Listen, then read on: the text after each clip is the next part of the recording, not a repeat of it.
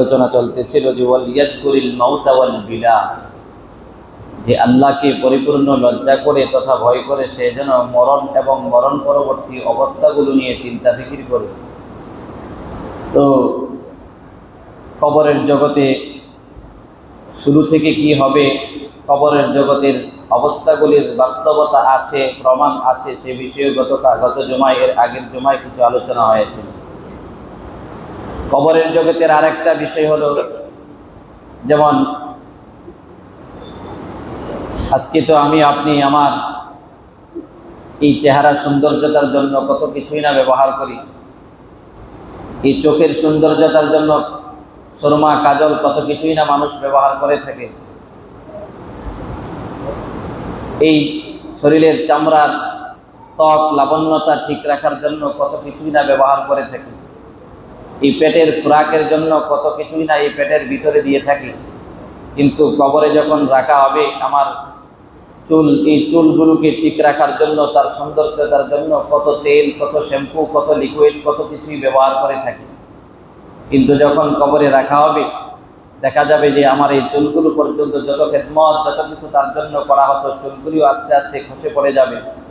আমার চোখগুলি গলে আমার যে এই সুন্দর চেহারার উপরে গলে গলে বইতে থাকবে, এই সুন্দর চেহারার গোশতগুলি আমার থেকে গলে গলে পড়তে থাকবে। আমার এই পেটের ভিতরের জিনিসগুলি ফুলে ফেটে দুর্গন্ধ বের হতে থাকবে। সবগুলো মাটির জন্য এবং পোকামাকড়ের জন্য খোরাক আর গেজায় পরিণত হবে। কিন্তু সৌভাগ্যবান এমন কিছু মানুষও থাকে, যে সমস্ত মানুষের এই দেহটাকেও আল্লাহ পাক কবরের জন্য হারাম করে দিয়েছেন, যে তাদের দেহটাকে মাটি জমিন তুমি খাইতে পারবে না, তাদের দেহটাকে তুমি ভক্ষণ করতে পারবে না। এমন কিছু সৌভাগ্যবান খুশনসিব মানুষও আল্লাহ পাক বানিয়েছেন, যাদেরকে কবরের এই মাটি তাদের দেহটা, বাহ্যিক দেহটাকেও খাবে না, ভক্ষণ করবে না। এমন খুশনসিব কারা?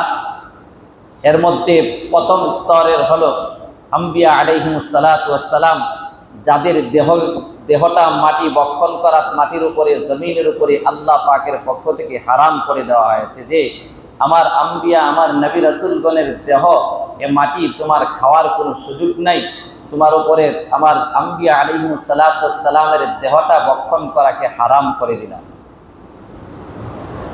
যেমন আউস ইবনে আউস রাদিয়াল্লাহু তাআলা আনহু থেকে বর্ণিত, তিনি বলেন আল্লাহর রাসূল সাল্লাল্লাহু আলাইহি ওয়াসাল্লাম একদিন ইরশাদ করেন, ইন্না মিন আফজালি আইয়ামিকুম ইয়াউমাল জুমআহ, এই দিন সমূহের মাঝে উত্তম আর ফজিলতপূর্ণ মর্যাদাপূর্ণ দিবস হলো জুমার দিন। ফিহি খুলিকা আদম, যেই জুমার দিনে আদম আলাইহিস সালাতু ওয়াস সালামকে সৃষ্টি করা হয়েছে। ও ফিহি কুবিদা, এবং এই জুমার দিনেই আদম আলাইহিস সালাতু ওয়াস সালাম এর জান কবজ করা হয়েছে। ও ফিহি নাফখা, আর এই জুমার দিনেই কিয়ামতের পূর্বে সিংহায় ফুৎকার দেওয়া হবে। ও ফিহি সাআকা, তারপরে রাসূল সাল্লাল্লাহু আলাইহি ওয়াসাল্লাম বলেন, এই জুমার দিনেই কিয়ামতের পূর্ব মুহূর্তে বিকট আওয়াজ সংঘটিত হবে। বিকট আওয়াজটা যেদিন হবে, সেই দিনটাও জুমার দিন হবে। সুতরাং আল্লাহ রাসূল বলেন, ফাআকসিরু আলাইয়া মিনাস সালাতি ফিহি, সুতরাং তোমরা এই জুমার দিনে আমার উপরে বেশি বেশি করে দরুদ পাঠ করো। ফা ইন্না সালাতাকুম মা'রুযাতুন আলাইয়া, কেননা তোমাদের এই দরুদ পাঠ করা আমার কাছে পেশ করা হয়, আমার কাছে উপস্থাপন করা হয়, আমার কাছে প্রেরণ করা হয়। এই হাদিস কি প্রমাণ করে? তারপরে রয়ে গেছে হাদিস, আরো লম্বা হাদিস। সাহাবায়ে কেরাম ক্বালু ইয়া রাসূলুল্লাহ কাইফা তু'রাদু সালাতুনা আলাইকা, হে আল্লাহর রাসূল সাল্লাল্লাহু আলাইহি ওয়াসাল্লাম, আমাদের শুক্রবারে যদি আপনি বেশি বেশি দরুদ পাঠ করার নির্দেশ দিয়েছেন, শুক্রবারের বেশি বেশি দরুদ পাঠ করলে বা যে কোনো সময় দরুদ পাঠ করলে দরুদ শরীফের গুলি আপনার কাছে উপস্থাপন করা হয়, পেশ করা হয়, কিভাবে আপনার কাছে পেশ করা হবে? ওয়াকাদ আরিমতা ইয়াকুলুনা ওয়াকাদ বালিতা, অথচ আপনি তো পচে গলে যাবেন। কবরে আপনার মাকবারায় রওজায়ে আতহারে রাখার পরে তো আপনার শরীর সব মাটি হয়ে যাবে, পচে গলে যাবে। তাইলে আপনার কাছে আমাদের দরুদ শরীফ কিভাবে পৌঁছানো হবে আর পেশ করা হয়, উপস্থাপন করা হয়? আল্লাহ রসুল সাল্লাল্লাহু আলাইহি সাল্লাম তখন বলেন, কাল, আল্লাহ রসুল সাল্লাল্লাহু আলাইহি সাল্লাম বলেন, ইন্নাল্লাহ তাআলা হাররামা আলাল আরদি আন তাকুলা আজসাদাল আম্বিয়া আও কামা ক্বালা আলাইহিস সালাতু ওয়াস সালাম। আল্লাহ রসুল তখন বললেন এই সাহাবায়ে কেরামের প্রতি উত্তরে, হে আমার সাহাবীরা শোনো, নিশ্চয়ই আল্লাহ পাক এই জমিনের উপর হারাম করে দিয়েছেন, আল্লাহ পাকের সমস্ত নবী রসুলের দেহটা বক্ষণ করা, শরীর মুবারক বক্ষণ করাকে আল্লাহ জমিনের উপরে হারাম করে দিয়েছে। সুতরাং যেহেতু আল্লাহ পাক জমিনের উপরে সমস্ত আম্বিয়া আলাইহিস সালাতু ওয়াস সালামের দেহ বক্ষণ করা হারাম করে দিয়েছেন, সুতরাং আমি আমার সশরীরেই আমার কবর, আমার রওজায়ে আতহারে আমি উপস্থিত থাকবো। সুতরাং তোমরা যদি দরুদ শরীফ পাঠ করো আমার উপরে বেশি বেশি করে, তাহলে তোমাদের দরুদ পাঠ আমার কাছে উপস্থাপন করা হবে এবং পৌঁছবে। এই হাদিস প্রমাণ করে দেয়, রাসূল নিজেই বলেন যে সমস্ত আমি নিজেও জীবিত থাকবো, আমার দেহটাও অক্ষত থাকবে, যেহেতু জমিনকে আল্লাহ পাক আদেশ করে দিয়েছেন যে আম্বিয়া আলাইহিমুস সালাতু ওয়াস সালামের দেহ মোবারক তুমি খাইতে পারবে না, নিষেধ করে দিয়েছেন। সুতরাং তোমাদের দরুদ শরীফ আমার কাছে পৌঁছবে। অন্য হাদিসে আল্লাহ রাসূল সাল্লাল্লাহু আলাইহি ওয়াসাল্লাম ইরশাদ করেন যে ইন্নাল আম্বিয়া আহইয়াউন ফি কুবুরিহিম। আল্লাহ রাসূল সাল্লাল্লাহু আলাইহি ওয়াসাল্লাম বলেন যে সমস্ত নবী রাসূলগণ প্রত্যেকেই নিজ নিজ কবরে, নিজ নিজ রওজায়ে আতহারে তারা জীবিত অবস্থায় আছেন।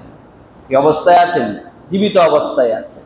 এই হাদিস পরিষ্কার প্রমাণ করে দেয় যে কিছু সৌভাগ্যবান খুশনসিব বান্দাও আল্লাহ পাকের আছেন, যাদেরকে কবরের জগতে কবরে রাখার পরেও তাদের শরীর দেহ মাটি, কীড়া মাকুড়া, পোকা মাকড় ভক্ষণ করবে না, খাবে না, পচবে না, গলবে না।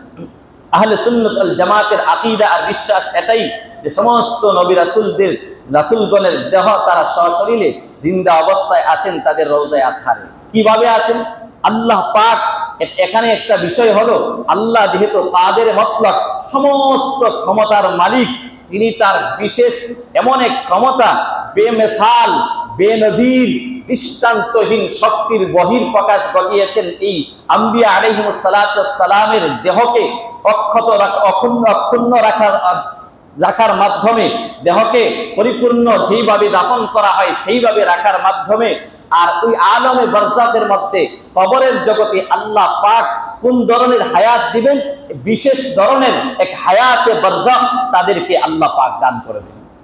দ্বিতীয় স্তরের হাদিস শরীফের মধ্যে এবং বিভিন্ন ঘটনা থেকে, তারিখ ইতিহাস থেকে পাওয়া যায় যে অনেক শুহাদায়ে ইসলামের জন্য যারা শাহাদাত বরণ করেছে তাদেরকে শহীদ বলা হয়। যারা ইসলামের জন্য, আল্লাহকে রাজি খুশি করার জন্য শহীদ মৃত্যুবরণ করেছেন তাদেরকে শহীদ বলা হয়। শুহাদায়ে ইসলামদের এমন বহু শহীদদের ব্যাপারেও বর্ণিত আছে, হাদিসেও আছে এবং বিভিন্ন তারিখ এবং ইতিহাসের কিতাবে পরিষ্কার লিপিবদ্ধ আছে যে তাদের শরীরেও হাজারো হাজার বৎসর অতিবাহিত, বছরের বছর, যুগের যুগ অতিবাহিত হওয়ার পরেও তাদের থেকে বিভিন্ন মাধ্যমে প্রকাশ পেয়েছে যে তাদের শরীরটা যেইভাবে দাফন করা হয়েছিল সেইভাবে অক্ষত অবস্থায় কবরের মধ্যে বিদ্যমান আছে। 3 নম্বরে এমন খুশনসিব আরো কিছু মানুষ আছে যারা আল্লাহ পাকের প্যারা বান্দা, অলি, বুজুর্গ, গাউস, কুতুব, এমনও তাদের আছে। হ্যাঁ, তাদেরটা পচবে না, গলবে না এমন না, না গলা না পচা কোনো জরুরি নয়, কিন্তু আল্লাহ পাক কিছু খুশনসিব বান্দা, কিছু খুশনসিব শহীদদের জন্য তাদের শরীর পচবে না, গলবে না, মাটি খাবে না এমন কোনো জরুরি নয়। একমাত্র আম্বিয়া আলাইহিমুস সালাতু ওয়াস সালামের জন্য জমিনের উপর হারাম করে দিয়েছে, তাদের শরীর মোবারককে জমিন কি করবে না, ভক্ষণ করবে না। বাকিদের জন্য এমনটা আছে যে তাদেরটা খাইতেও পারে, আবার কিছু খুশনসিব আর সৌভাগ্যবান এমন শহীদ। তাইলে সকল শহীদের ব্যাপারে এমন কেন হবে না প্রশ্ন জাগতে পারে। হইতে পারে আমার শাহাদত বরণটা একমাত্র লিল্লাহিয়ত ছিল না, আল্লাহর জন্য ছিল না, যেই কারণে যেই উদ্দেশ্যে শাহাদত বরণ করার কথা ছিল সেই যথাযথ শহীদ হয় নাই বিদায় হইতো কাহারো কাহারো লাশটাকে জমিন বক্ষণ করে ফেলবে, সেটা আওয়ার বা ভিন্ন কথা। কিন্তু বাস্তবিক অর্থে প্রকৃত অর্থে যদি এমন করে শহীদ হয়ে থাকে, আল্লাহ পাক অবশ্যই তাদের কবরেও তাদের দেহটাকে অক্ষত অবস্থায় রাখবেন। যেমন আল্লাহ কোরআনেও শহীদদের ব্যাপারে বলে দিয়েছেন, ولا تكونوا لمن يقتل في سبيل الله أموات بل أحياء ولكن لا تشعرون। স্বয়ং আল্লাহ নিজেই বলেন যে তোমরা যারা আমি আল্লাহর রাস্তায় শাহাদত বরণ করেছে তাদেরকে তোমরা মৃত বলো না, বরঞ্চ তারা জীবিত অবস্থায় আছে, কিন্তু তোমরা তা বুঝো না। ওয়ালাকিল্লা তাশউরুন, তোমরা বুঝো না। তাইলে আয়াত প্রমাণ করে শহীদরাও তাদের অক্ষত অবস্থায় থাকার ব্যাপারে নিশ্চিত করে দেয় না, কিন্তু তারা জীবিত থাকবে, জীবিত অবস্থায় আছে যদি প্রকৃত শহীদ হয়ে থাকে। অন্য আয়াতে তো আল্লাহ পাক বলেন, ولا تحسبن الذين قتلوا في سبيل الله أمواتا بل أحياء عند ربهم يرزقون। আল্লাহ পাক বলেন যে তোমরা যারা আল্লাহর রাস্তায় যাদেরকে শহীদ করা হয়েছে তাদেরকে মৃত ভেবো না, মৃত মনে করিও না, বরং তারা জীবন্ত এবং তাদের রব প্রতিপালকের কাছে জীবিকা প্রাপ্ত, রিজিক প্রাপ্ত। এই আয়াত দ্বয় উভয় আয়াত প্রমাণ করে শহীদদের ব্যাপারেও যে তারাও যারা খালেস একমাত্র আল্লাহ পাককে রাজি খুশি করার জন্য ইসলামের জন্য শাহাদত বরণ করেছে তাদেরকেও আল্লাহ অক্ষত অবস্থায় রাখবেন। প্রমাণ রাখাটা জরুরি না, কিন্তু নবী আম্বিয়া আলাইহিস সালাতু ওয়াস সালামের ব্যাপারে জমিনেরকে নির্দেশ যে তোমরা আমার আম্বিয়া আলাইহিস সালাতু ওয়াস সালামের দেহকে ভক্ষণ করতে পারবে না। যেমন আব্দুল্লাহ ইবনে তামির রাহিমাহুল্লাহু তাআলা পূর্বেকার জামানার এক উম্মত বহুত বড় বুজুর্গ ছিলেন। তিনি হকের উপরে থাকার কারণে তখনকার সময়ের জালিম বাদশা তাকে শহীদ করার জন্য অনেক চেষ্টা করেও তীর নিক্ষেপ করলো, সে শাহাদত বরণ করে না। তারপরে পরামর্শ দেওয়া হলো যে বিসমিল্লাহ বলে যদি যে ইতিহাসটুকু তার সাথী সঙ্গীদের ইতিহাসও কোরআনে বর্ণিত হয়েছে সূরা বুরুজের মধ্যে, সেই সমস্ত সাথী সঙ্গীদের ইতিহাস সূরা 30 পারা সূরা বুরুজে মধ্যে আল্লাহ পাক আলোচনা করেছেন বলতে উল্লেখ করেছেন এবং মুফাসসিরিন ইকরাম বিস্তারিত তাফসীরও করেছেন যে আব্দুল্লাহ ইবনে তামির রাহিমাহুল্লাহু তাআলা তিনি হক ইজহার করার কারণে জালিম বাদশা তাকে হত্যা করার জন্য অনেক চেষ্টা করেও তীর নিক্ষেপ করে তাকে হত্যা শহীদ করতে পারে না। পরামর্শ করে দেওয়ার পরে যে বিসমিল্লাহ বলে যদি তীর নিক্ষেপ করো তাইলে আমাকে মারা সম্ভব হবে, আমার মৃত্যু ঘটবে নতুবা আমার মৃত্যু ঘটবে না। তখন বিসমিল্লাহ বলে যখন তীর নিক্ষেপ করা হয়েছে তখনই আব্দুল্লাহ ইবনে তামির রাহমাতুল্লাহি আলাইহি মৃত্যুর কোলে ঢলে পড়েন, শাহাদত বরণ করেন এবং ওনার অনুসারী যারা ছিল তাদেরকে গর্ত খনন করে সেই পরিখাতে গর্তের মধ্যে আগুন প্রজ্বলিত করে সে অগ্নিকুণ্ডের মধ্যে নিক্ষেপ করে দিয়ে তার সাথী সঙ্গী অনুসারীদেরকেও দুনিয়া থেকে বিদায় করে দেয় এবং শহীদ করে দেওয়া হয়। সেই আব্দুল্লাহ ইবনে তামির রাহমাতুল্লাহি আলাইহি তিরমিজি শরীফের হাদিসে উল্লেখ করা আছে যে আব্দুল্লাহ ইবনে তামির রাহমাতুল্লাহি আলাইহি এর কবর থেকে খলিফাতুল মুসলিমিন হযরত উমর ফারুক রাদিয়াল্লাহু তাআলা আনহুর শাসন আমলে কোনো কারণে কোনো পরিস্থিতিতে আব্দুল্লাহ ইবনে তামির রাহমাতুল্লাহি আলাইহির কবরটা খুলে গিয়েছিল আর আব্দুল্লাহ ইবনে তামিরের লাশটা সকলেই দেখতে পেয়েছেন যে বৎসর কত পূর্বেকার উম্মত ছিল সেই আব্দুল্লাহ ইবনে তামিরের ওই লাশটা যেইভাবে দাফন করা হয়েছিল হাদিস শরীফেও তার এই লাশের কথা উমর ইবনুল খাত্তাব রাদিয়াল্লাহু তাআলা আনহুর শাসন আমলের কথা ইতিহাস উল্লেখ করে তুলে ধরা হয়েছে যে তখন তার এই লাশটাকে এমন তরতাজা অবস্থায় পেয়েছে যেন হলো গতকাল বা কয়েকদিন আগে তাকে দাফন করা হয়েছিল। এটাও প্রমাণ করে যে শহীদদেরকেও আল্লাহ পাক দ্বারা একমাত্র আল্লাহকে রাজি খুশি করার জন্য শাহাদত বরণ করেছে, তাদের লাশটাকেও আল্লাহ পাক অক্ষত অবস্থায় এবং অর্থাৎ যেইভাবে রাখা হয়েছিল সেইভাবে কোনো পরিবর্তন ছাড়াই তাকে আল্লাহ পাক হেফাজত করবেন। তাইলে কি বলতেছিলাম, কবরের জগতের আলোচনা চলতেছিল যে কবরের জগতে আমার আপনার তো দেহ পচে যাবে, গলে যাবে, সবকিছু হয়ে যাবে, কিন্তু এমনও কিছু খুশনসিব সৌভাগ্যবান বান্দা আছে তাদেরটা পচবে না, গলবে না, মাটিও খাবে না, পোকামাকড়ও খাবে না, কীড়া মাকড় কোনো কিছুই তাকে বক্ষণ করবে না। যেমন হযরত জাবের রাদিয়াল্লাহু তাআলা আনহু থেকে বর্ণিত, তিনি নিজেই বলেন উহুদের ময়দানে তিনার পিতা হযরত আব্দুল্লাহ রাদিয়াল্লাহু তাআলা আনহু শাহাদাত বরণ করেছিলেন। তিনি জাবের রাদিয়াল্লাহু তাআলা আনহু পিতার ঘটনা নিজে উল্লেখ করেন, হাদিস শরীফের মধ্যে আছে জাবের রাদিয়াল্লাহু তাআলা আনহু বলেন, আমার আব্বা আব্দুল্লাহ রাদিয়াল্লাহু তাআলা আনহু উহুদের ময়দানে শাহাদাত বরণ করেছিলেন। ওনাকে ওনার কবর মোবারকে যেইভাবে রাখা হয়েছিল, 6 মাস পরে কোনো এক পরিস্থিতিতে কবর খনন করে তার লাশটা কবর থেকে উঠিয়ে তার লাশটাকে স্থানান্তরিত করার প্রয়োজন দেখা দেয়। তখন লাশ স্থানান্তরিত করতে যাওয়ার পরে দেখা যায় হযরত আব্দুল্লাহ রাদিয়াল্লাহু তাআলা আনহুকে যেইভাবে দাফন করা হয়েছিল সেই অবস্থায় কোনো ধরনের কোনো পরিবর্তন পাওয়া যায় না।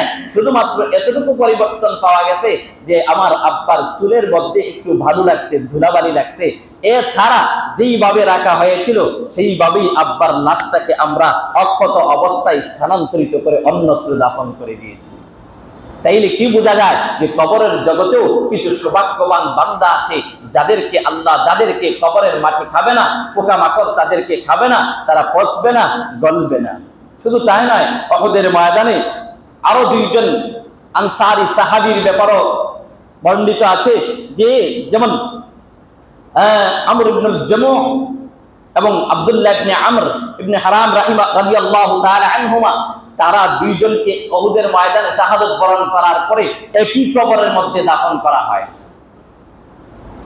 39 বছর পরে মদিনা মুনাওয়ারায় যখন প্লাবন, সাইলাব দেখা দেয়, প্লাবন দেখা দেয় দাফনের 39 বছর পরে, তখন এই প্লাবনের কারণে তারা উভয়ের কবরটা একটু খুলে যায়।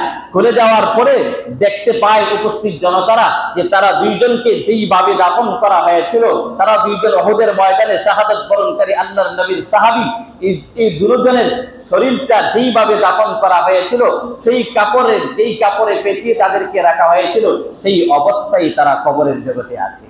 এমনকি তাদের একজনকে যখন উঠিয়ে অন্যত্রে দাফন, যেহেতু কবর খুলে গেছে, অন্যত্রে দাফন করার জন্য নেওয়ার চেষ্টা করলো, কিন্তু একজনকে উঠাইতে সক্ষম হয়েছে, অপরজন আবার পুনরায় যেখানে ছিল সেখানেই চলে গেছে।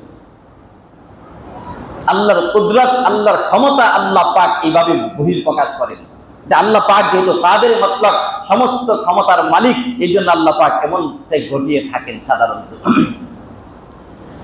তো এই জন্য ভাইরা আমার, শুধু তাই নয়, হযরত আল্লামা সিয়ুতি রাহিমাহুল্লাহু তাআলা, আল্লামা ইবনুল জাওজি রাহিমাহুল্লাহু তাআলা, বড় বড় জলিলুল কদর উলামা বুজুর্গ, তিনারা উভয়ই তারিখ আর ইতিহাস থেকে উল্লেখ করেন যে বসরা নগরীতে এক সময়ের একটা পাহাড়ের টিলার মধ্যে 7 জনের কবর অটোমেটিক যেন কোনো এক কারণে কবরগুলি খুলে যায়, হয়তো কোনো বৃষ্টির কারণে, কোনো কিছুর কারণে ওই কবরগুলি খুলে যায়। আমরা উপস্থিত হয় সেখানে, জনতা উপস্থিত হয়ে দেখতে পায় 7 জনের লাশ যেইভাবে রাখা হয়েছিল সেইভাবে অক্ষত অবস্থায় আছে। এমনকি তিনি আরো উল্লেখ করেন, আল্লামা সিয়ুতি রাহমাতুল্লাহি আলাইহি এবং ইবনুল জাওজি রাহিমাহুল্লাহু তাআলা, একজন যুবক ওই 7 জনের মাঝে ছিল। 7টা কবরে 7 জন মানুষ একবারে পরিবর্তন ছাড়া বিদ্যমান পেয়ে একজন যুবকের লাশও পেয়েছে, যে যুবকটার কানবাবরি ছিল, জুলফ ছিল, সেই যুবকটার চুলগুলি এমন তাজা ছিল এবং তার ঠোঁটগুলি এমন তরুতাজা দেখা যাচ্ছিল যেন সে একটু পূর্বে, কিছুক্ষণ পূর্বে পানি পান করেছে। তাৎক্ষণিক পানি পান করলে ঠোঁটগুলো যেমন ভিজা আর তরুতাজা থাকে, ওই যুবকের ঠোঁটগুলি এমন তরুতাজা মনে হচ্ছিল। আর তার কানবাবরি ছিল, চুলগুলিও ছিল, তার শরীর কাপড় থেকে যেন কাফনের কাপড় থেকে খুশবু আর সুগন্ধি বেরিয়ে আসতেছিল। এমনকি উপস্থিত জনতা চেয়েছিল যে তার অনেক দিন পূর্বে, কত আগেই না তাদেরকে দাফন করা হয়েছে, চুল টান দিয়ে কিছু চুল উপড়িয়ে ফেলার চেষ্টা করেছিল, দেখেছিল, কিন্তু কিতাবে, তাও ইতিহাসের কিতাবে উল্লেখ করেছেন আল্লামা সিয়ুতি রাহমাতুল্লাহি আলাইহি এবং ইবনুল জাওজি রাহিমাহুল্লাহু তাআলা, যে চুলগুলি টান দেওয়ার পরে জীবিত মানুষের চুল যেমন ভাবে মজবুত ভাবে মাথার সাথে এঁটে থাকে, ঠিক তেমনি ভাবে এমন মজবুতির সাথে ওই জীবিত অবস্থায় যেইভাবে ছিল সেইভাবে তার মাথার মধ্যে চুলগুলি লেগে রয়েছে। তাইলে এইগুলি প্রমাণ করে দেয় এমন সৌভাগ্যবান কিছু মানুষ আল্লাহ পাক রেখেছেন, তারা কবরের জগতে রাখার পরেও, কবরের জগতে যাওয়ার পরেও তাদের এই লাশ আর দেহটাকেও কি করবে না, মাটি পোকা মাকড় ইত্যাদি ভক্ষণ করবে না এবং পচবে না, গলবে না। আলহামদুলিল্লাহ।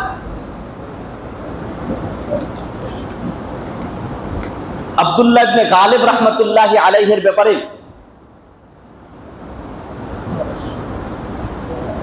ইবনে মুবারক তিনি উল্লেখ করেছেন যে তার কবর থেকে খুশবু আর সুগন্ধি আসতো, তার কবরের মাটি থেকে। একদিন আমি নিজে সেই কবরে গেলাম, গিয়ে সেখান থেকে মাটি নিয়ে আমি নিজে সঙ্গে দেখেছি যে তার আব্দুল্লাহ ইবনে কি যে কয় গালিব রাহমাতুল্লাহ আলাইহি এক বহুত বড় বুজুর্গ অতিবাহিত হয়েছে। ইবনে মুবারক বলেন যে আমি সেখান থেকে মাটি নিয়ে সঙ্গে দেখেছি যে বাস্তবিকই সেই মাটি থেকে মিশক আম্বরের মতো সুগন্ধি বের হচ্ছে। তাইলে কিছু মানুষের দেহ খাবে না এবং তাদের কবর থেকে সুগন্ধি বের হওয়ার কথাও আছে। শুধু তাই নয়, আমাদের আকাবের আসলাফদের ইতিহাস, সাহাবীদের ইতিহাস তো অনেক দূরে। আমাদের আকাবের আসলাফ আবা ও আজদাদ তাদের ইতিহাস এমন বহু আছে যে বললে বলার মতো বহু আছে যে তাদেরকে দাফন করার পরে, যেমন বাংলাদেশের যিনি ছিল মুফতি আজম মুফতি ফয়জুল্লাহ সাহেব রাহমাতুল্লাহি আলাইহি, যিনি চট্টগ্রাম মেখলের জমিনে দাফনকৃত আছেন, ওনার কবরে রাখার পরে প্রত্যেকেই বেশ কিছুদিন পর্যন্ত এমন অবস্থা চলছিল যে তার কবর থেকে বেশকাম্বরের মতো সুগন্ধি বের হচ্ছিল। মানুষ দলে দলে যাকে যাকে ফয়জুল্লাহ রাহমাতুল্লাহি আলাইহির কবরে যে উপস্থিত হতেন, যে এই দৃশ্যটা দেখার জন্য, এই অলৌকিক ঘটনাটা, এটা হলো আউলিয়া যদি হয় তাদের জন্য হলো কারামত, আর কারামাতুল আউলিয়াই হাক্কুন, এটাই হলো আহলে সুন্নাতুল জামাতের আকীদা আর বিশ্বাস। আর আম্বিয়া আলাইহিস সালাতু ওয়াস সালামের জন্য যদি কোনো অলৌকিক ঘটনা হয় তাহলে সেটা হবে কি যে তাদের মুজিজা। আর নবীগণ ছাড়া অন্য সাহাবী থেকে নিয়ে যে কোনো মানুষ থেকে কোনো অলৌকিক ঘটনা যদি ঘটে, এটা হলো কারামত। আর কারামাতুল আউলিয়াই হাক্কুন, এটাই হলো আহলে সুন্নাতুল জামাতের আকীদা আর বিশ্বাস। তো এই ফয়জুল্লাহ সাহেব রাহমাতুল্লাহ আলাইহি কবর থেকে সুগন্ধি বের হচ্ছিল, লম্বা ঘটনা। তারপরে কোন বুজুর্গরা গিয়ে সেটাকে যেন না হয় কোনো তদবির করেছে, কারণ মানুষ দেখা যাবে আস্তে আস্তে শিরিক করা শুরু করে দিবে। এই যে আমাদের এখানে হযরত ফখরে বাঙ্গাল রাহমাতুল্লাহি আলাইহি শুয়ে আছেন, আল্লাহর কুতুব মুফতি নুরুল্লাহ সাহেব রাহমাতুল্লাহ আলাইহি শুয়ে আছেন, তারাও যে জিন্দা ওলি তার সন্দেহের কোনো অবকাশ নাই। কারণ আপনারা যারা আছেন অনেকেই আপনাদের সামনে ইতিহাস প্রমাণ আছে যে এক সময়ে এই প্রাইমারি স্কুল থেকে ছোট্ট একটা বাচ্চা মেয়েকে যখন ফখরে বাঙ্গাল রাহমাতুল্লাহ আলাইহির কবরে তাবিজ গেড়ে দেওয়ার জন্য প্রেরণ করা হয়েছিল, মুরব্বীরা সকলেই সাক্ষী আছেন, আপনাদের চোখের সামনে তাজা ঘটনা, তার মধ্যে কোনো বিন্দু পরিমাণ সন্দেহের অবকাশ নেই যে ওই বাচ্চা মেয়েটা নাবালেগা হওয়ার কারণে, মাসুম নিষ্পাপ হওয়ার কারণে তার তেমন ক্ষতি হয় নাই, কিন্তু তারপরেও তার হাতটা লেগে রয়েছিল কিনা বলেন? আপনারা যারা দেখেছেন রয়েছিল, তখন কেন রয়েছিল বলেন? হাতটা লেগে রয়েছিল। ওই বড় মহিলা বা পুরুষটা সে গুনাহের কাজে ওই বাচ্চাটাকে ব্যবহার করেছে, জিন্দা ওলি ছাড় দেয় নাই, তার হাতটা সেখানে আটকে রেখেছেন। তখন আরেক জিন্দা ওলি যিনি ফখরে বাঙ্গাল রাহমাতুল্লাহি আলাইহির শিষ্য ছিলেন, খাস ছাত্র মুফতি নুরুল্লাহ সাহেব রাহমাতুল্লাহি আলাইহি, তখন এই জামিয়ায় উপস্থিত ছিলেন। তিনি যখন এই মহল্লার বাসীরা হুজুরের কাছে আসছিলেন, তখন হুজুর নিজের রুমে মুরাকাবা করে কিছুক্ষণ দরজা বন্ধ করে কিছুক্ষণ অবস্থান করে বেরিয়ে গিয়ে সেখানে ওই বাচ্চা কি যেন বললেন আর পড়লেন, বাচ্চার হাতটাকে বলছে যে ধরো তুমি আমার হাতে। হুজুরের অনেকেই এর পূর্বে অনেক চেষ্টা করে যে টান দেয়, বাচ্চা চিৎকার করতে থাকে, আর আল্লাহর ওলি যখন হাত ধরে কি বলল আর তার হাতে ধরেছে, আস্তে করে অটোমেটিক হাতটা চলে আসছে। তারা এই জন্য আমরা কিন্তু ফখরে বাঙ্গাল রাহমাতুল্লাহি আলাইহি এত বড় ব্যক্তিত্ব হওয়া সত্ত্বেও আমরা তার যথাযথ কদর করতে পারি না। গত পরশু দিন আমি একজন রিকশাওয়ালা গান বাজায় ফখরে বাঙ্গালের কবরের সামনে দাঁড়িয়ে নির্বাচনী প্রচারণার মধ্যে গান লাগায়, নাচ গান করে। কিছুদিন পূর্বে এখানে একটা দোকান ছিল যারা ডেক্সের কি যে ডিজে ভাড়া দিত, আমি তাদেরকেও বলেছি দেখো তোমাদের কিন্তু বিপদ আসতে পারে, কোন সময় এখানে তোমরা ভাড়া দিচ্ছ, এটাও না দেওয়া ছিল তোমাদের জন্য শ্রেয়, অন্য হারাম ব্যবসা কর্তা। কিন্তু এখানে যেই লোকগুলি শুয়ে আছেন তারা কিন্তু সব দেখেন বুঝেন, তারা কিন্তু আল্লাহর ওলি কুতুব তারা আমরা বিশ্বাস করি। সুতরাং কমপক্ষে তাদের কবরে আওয়াজ পৌঁছে এমন আওয়াজ দিয়ে তোমরা কোনোদিন গান বাজাইবা না। গত বছর দিন আমি রিক্সাওয়ালাকে বলেছি, তোমরা এমন একটা জায়গাতে মুসলমান আমি নিজের চোখে দেখেছি, এই ফখরে বাঙ্গাল রহমতুল্লাহ আলাই এবং মুফতি নুরুল্লাহ সাহেব রহমতুল্লাহ আলাইহির কবরের পাশ দিয়ে যখন এই মহল্লার হিন্দু সম্প্রদায়, অমুসলিম সম্প্রদায়, মুশরিক সম্প্রদায় এদিক দিয়ে যায়, আমি একবার নয় বহুবার দেখেছি তারা ভক্তি শ্রদ্ধা করে। যদিও এটা আমাদের সিস্টেমে, ইসলামের সিস্টেমে এইভাবে ভক্তি শ্রদ্ধা নাই, কিন্তু তারা দিল থেকে তাদেরকে শ্রদ্ধা করে, তাদেরকে সম্মান প্রদর্শন করে এই দিক দিয়ে যায়, সালাম প্রদর্শন করে, সম্মান করে। এমনকি মসজিদের সামনে আসলে পর্যন্ত একটা মুশরিক হওয়া সত্ত্বেও আফসোস আর দুঃখের আর পরিতাপের বিষয়, আমি বহু মহিলা, হিন্দু মহিলাকে দেখেছি তারা ভক্তি শ্রদ্ধা করে, কারণ মুসলমানদের এটা একটা ইবাদতখানা, উপাসনালয়, এই কারণে তারা শ্রদ্ধা করে। আজকে আফসোসের বিষয়, পরিতাপের বিষয় যে মুসলিম হয়ে, মুসলমান হয়ে, মুসলমানদের সবচেয়ে পৃথিবীর উৎকৃষ্ট জায়গা মসজিদের কাছে আসলে গান বাদ্যের আওয়াজটা আরো বাড়িয়ে যায়। আল্লাহওয়ালাদের কবরের পাশে গেলে গান তো আগে আওয়াজ কম ছিল, আসলে আরো বাড়িয়ে যায়। আমি পরিষ্কার বলতে চাই, এমন মন মানসিকতা যদি কাহার মধ্যে থাকে, তোমাদের ভবিষ্যৎ কিন্তু ভালো হবে না। এই জন্য ভাইরা আমার, আল্লাহ পাক এমন কিছু খুশনসিব বান্দা আল্লাহ পাক রেখেছেন আলহামদুলিল্লাহ, যে যাদেরকে আল্লাহ পাক কবরে রাখার পরও তাদের লাশকে অক্ষত অবস্থায় রাখেন। এজন্য বলতেছিলাম ওয়ালিয়াযকুরিল মাউতা ওয়াল বিলা, আল্লাহ রাসূল সাল্লাল্লাহু আলাইহি ওয়াসাল্লাম বলেন যে দেখো, যে যারা আল্লাহকে যথাযথ লজ্জা করে এবং শরমায় তারা যেন কি করে, যে কয়েকটি কাজ করে, এর মধ্যে একটা হলো যে তারা যেন মরণ এবং মরণ পরবর্তী অবস্থাগুলো নিয়ে চিন্তা ফিকির করে। তো কবরের জগতের আলোচনা চলতেছিল, এই জন্য কবরের মধ্যে কিছু খুশনসিব আছে, সুগন্ধিও বের হয়, আবার তাদেরকে যেভাবে রাখা হয়েছে সেইভাবেও পাওয়া যায়। এমনকি অনেক এমন ইতিহাস আছে যে তাদের অনেক আল্লাহর প্যারা বান্দাদের কবর থেকে, কবরের মধ্যে যেন লাইট আর ফোকাস আর রোশনি আর আলো আসতেছে। এমনও যেমন হযরত আম্মা জি আয়েশা সিদ্দিকা থেকে বর্ণিত এক riwayat আসছে যে সালে বাদশাহ নাজাশি যখন তার কবরে রাখা হয়, তার কবরের মধ্যে থেকে রোশনি আর আলো আসতে থাকতো। এমন বহু বর্ণনা আছে। এই জন্য ভাইরা আমার, অনেক সময় আছে, এমনকি দেখেন আজকে কি বলবো, মুয়াজ্জিন সম্প্রদায়কে আমরা অনেক নরমাল দৃষ্টিতে দেখি। একটা হাদিস মনে পড়ে গেছে, দেখেন মুয়াজ্জিন সাহেবদের ব্যাপারেও বহু জায়গাতে আছে। এই শহরে এক মসজিদে আমার এক ছাত্র ছিল, সে নবীনগর বাড়ি, সে কিছুদিন পূর্বে আসলো যে হুজুর আমি 3 মাস ছিলাম, তাদের আচরণ এত খারাপ, আমাকে মানুষই মনে করে না, তুই করে মুসল্লিরা কমিটির লোক আমাকে ব্যবহার করে, এই জন্য থাকি নাই, আমাকে হোটেলে লজিং করে দিয়েছে। সাবধান ভাইরা আমার, এই তাদেরকে সাধারণ ইমাম, মুয়াজ্জিন, খাদিম, তাদেরকেও সাধারণ দৃষ্টিতে দেখবেন না। মুয়াজ্জিনদের সাহেবদের ব্যাপারে একটা হাদিস মনে পড়ে গেছে, এই জন্য হাদিসটা বলে আমি শেষ করে দিচ্ছি। আল্লাহ রাসূল একটা বলেন, আল মুআদ্দিনুনা আতওয়ালুন নাসি আ'নাকান ইয়াউমাল কিয়ামা, একটা হলো যারা যদি একমাত্র আল্লাহকে রাজি খুশি করার জন্য আযান দিয়ে থাকে, তাইলে তাদের গর্দানটা হাসরের ময়দানে সমস্ত মানুষের চাইতে কিয়ামতের মাঠে সবচেয়ে উঁচু করে আল্লাহ উত্তোলন করবেন। এবং এরপরে রাসূল যেটা বলেন যে, এবং তাদের কবরে পোকামাকড় দেওয়া হবে না, তাদের শরীরে পোকামাকড় দেওয়া হবে না। কেন? অন্য আয়াতের মধ্যে বলছেন, আল মুআজ্জিনুল মুহতাসিবু, নেককার মুয়াজ্জিন যদি হয়, কাশ শাহীদিল মুতাশাহহিতি ফি কবরিহি, আল্লাহ রাসূল সাল্লাল্লাহু আলাইহি সাল্লাম বলেন, নেককার খালেস দিনদার মুত্তাকি মুয়াজ্জিন যদি হয়, তাহলে সে কার মতো? ওই যে কাশ শাহীদিল মুতাশাহহিতি ফি দামিহি, ওই যে ওই শহীদের মতো, যেই শহীদ তার রক্ত রঞ্জিত, রক্ত মাখা শরীর নিয়ে তার কবরের মধ্যে আছে, সেই ওই শহীদের মতোই। তাইলে শহীদের লাশটা যেমন পচে না, গলে না, একমাত্র খালেস নিয়তে যারা, তাহলে এই মুয়াজ্জিন, এরপরে রাসূল বলেন ওয়ালাম ইউদাওয়াদ ফি কবরিহি, এবং কি তার কবরে পোকামাকড় দেওয়া হবে না, তার দেহটাকে পোকামাকড় খাইবার জন্য আল্লাহ পাক পোকামাকড়কে দিবে না। তাইলে তারও মর্যাদা, অনেক মর্যাদা আছে। এই জন্য কাহারোর সাথে মানুষ হিসাবে প্রত্যেকেই সমান, হয়তো ফরকে মারাতিব, অর্থাৎ কাহারো স্তর একটু বেশি হতে পারে, কাহারো স্তর কম হতে পারে। এই জন্য কাউকে হেয় দৃষ্টিতে দেখা, অসম্মানের দৃষ্টিতে দেখার কোনো সুযোগ অবকাশ নাই। বরং এই হাদিসের ভাষ্য অনুযায়ী যদি নেককার মুত্তাকি হয়ে যেতে পারে, তার লাশটা তো এমন সৌভাগ্যবানদের অন্তর্ভুক্ত হবে আল্লাহ রসুলের ভবিষ্যৎবাণী অনুযায়ী যে তার লাশটাকে পোকামাকড় খাবে না। আমার লাশটাকে পোকামাকড় খাইতে পারে, কিন্তু তার লাশটাকে কি যে কয় শহীদের মতো যদি মর্যাদা দিয়ে দেয়, তাহলে শহীদ যেরকম পচবে না, তার লাশটাকে আল্লাহ পাক চাইলে অক্ষত অবস্থায় রাখতে পারেন। এই জন্য ভাইয়ের আমার, বুদ্ধিমানের কাজ হবে যে আমরা মরণ এবং মরণ পরবর্তী অবস্থাগুলো নিয়ে আমরা চিন্তা ফিকির করি এবং মরণের ফিকির করি। আল্লাহ পাক যেন আমাদেরকে, কারণ বাহলুল দেখেন বাদশাহ হারুনুর রশিদ রাহমাতুল্লাহি আলাইহি বাহলুল মাজজুবকে একদিন একটা লাঠি দিছে, দিয়া কয় দেখো তোমার চাইতে কোনো বোকা মানুষ পাইলে লাঠিটা দিয়ে দিও। তো বেশ কিছুদিন চলে গেছে, বাহলুল মাজজুব বাদশাহ হারুনুর রশিদ তখন অসুস্থ মরণাপন্ন অবস্থায়, তখন চিন্তা করলো আচ্ছা বাদশাকে একটু দেখে আসি।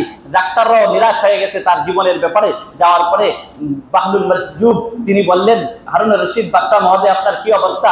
ওই যে অবস্থা তো, আমি লম্বা এক সফরে রওনা হচ্ছি। কোথায় যাচ্ছেন? কবে ফিরে আসবেন? কতদিন লাগবে ফিরে আসতে? বাহলুল আমি তো কবরের জগতে, আখিরাতের জগতের লম্বা সফরে রওনা হচ্ছি। তখন বাহলুল মাজজুব বললেন যে বাদশাহ মহোদয়, ও হারুনুর রশিদ, আপনি তো কয়টা সেনাদল এনে নিরাপত্তা বাহিনী পূর্বে প্রেরণ করেছেন, আর আপনার সঙ্গে সফর সঙ্গী হিসেবে কয়টা দল খাদেম খুদ্দাম বাবস্তি সহ নিরাপত্তা বাহিনীর দল সঙ্গে কয়টা নিয়েছেন, আর কয়টা পূর্বে প্রেরণ করেছেন? তখন বাদশাহ হারুনুর রশিদ স্ব অবস্থায়, মৃত্যু সজ্জা অবস্থায় বলতেছে, বাহলুল তুমি তো এক আশ্চর্য ধরনের মানুষ।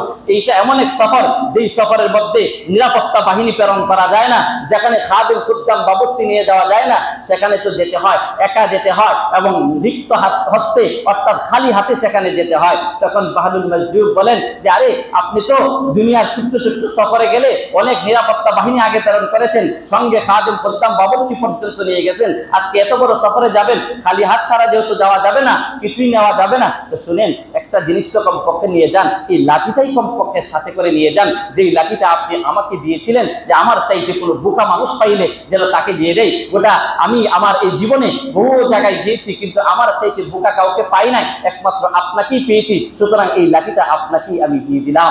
কারণ আপনি যে 2-3 দিনের সফরের জন্য গেলে এত নিরাপত্তা, এত বাহিনী, এত খাদেম খুদ্দাম, এত প্রস্তুতি গ্রহণ করেন, আজকে তো দেখতেছি আপনি এই জন্য আমার চাইতে বোকা। আপনি এত বড় লম্বা সফর, যেই সফর থেকে আর ফিরে আসা কোনো সম্ভব না, সেই সফরের জন্য আপনার কোনো প্রস্তুতি দেখা যাচ্ছে না। এই কথা বলার পরে বাদশাহ হারুনুর রশিদ রাহমাতুল্লাহি আলাইহি চোখের পানি ছেড়ে দিয়ে বলে, হে বাহলুল মাজজুব, আমরা তো তোমাকে পাগল মনে করতাম, আসলে তুমি হলা, তুমি পাগল নয়, তোমার মতো এমন জ্ঞানী মানুষ পৃথিবীতে পাওয়াটা অনেক দুরূহ আর কষ্টের ব্যাপার।